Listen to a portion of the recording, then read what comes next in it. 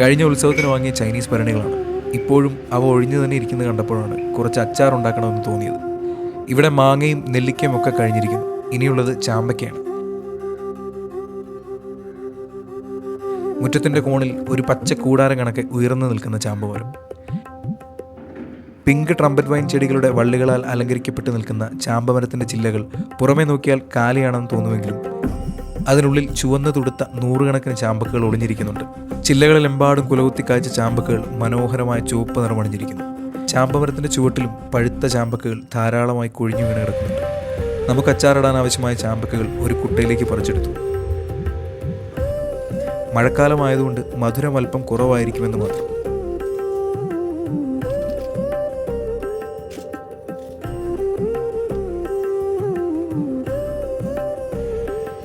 പറിച്ചെടുത്ത ചാമ്പക്കൾ മുഴുവൻ നന്നായി കഴുകി അതിലെ പൊടിയും പൂപ്പലും കളഞ്ഞ് വൃത്തിയാക്കി.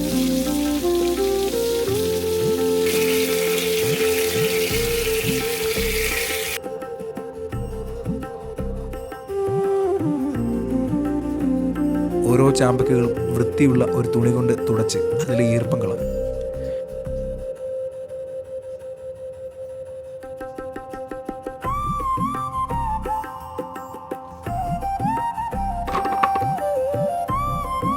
ചാമ്പക്കകൾ രണ്ടായി പിളർത്തി കുരു കളഞ്ഞ് ചെറിയ കഷ്ണങ്ങളായി അരിഞ്ഞെടുത്തു.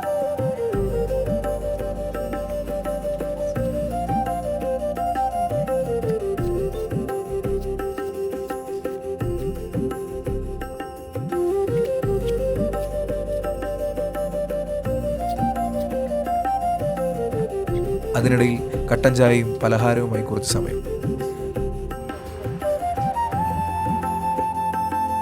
വിറകടുപ്പിൽ തീ നന്നായി കത്താൻ തുടങ്ങിയിരിക്കുന്നു.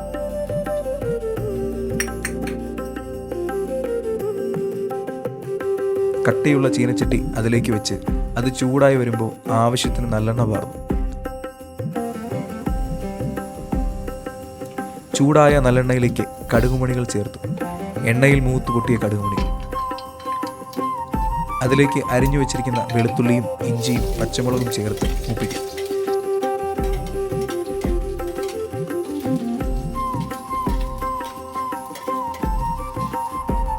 പിന്നാലെ മുളക് പൊടിയും മഞ്ഞൾപ്പൊടിയും ഉലുവപ്പൊടിയും കായവും ഉപ്പും ആവശ്യത്തിന് വിനാഗിരിയും ചേർത്ത് ഇളക്കിയെടുത്താൽ അച്ചാറിൻ്റെ രുചിക്കൂട് തയ്യാറായി.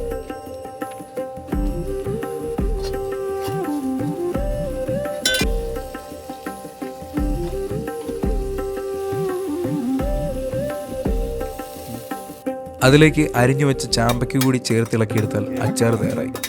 എല്ലാ ചാമ്പയ്ക്ക കഷ്ണങ്ങളിലും രുചിക്കൂട്ട് ഒരേപോലെ പുരണ്ട് ചേരണമെന്ന് മാത്രം.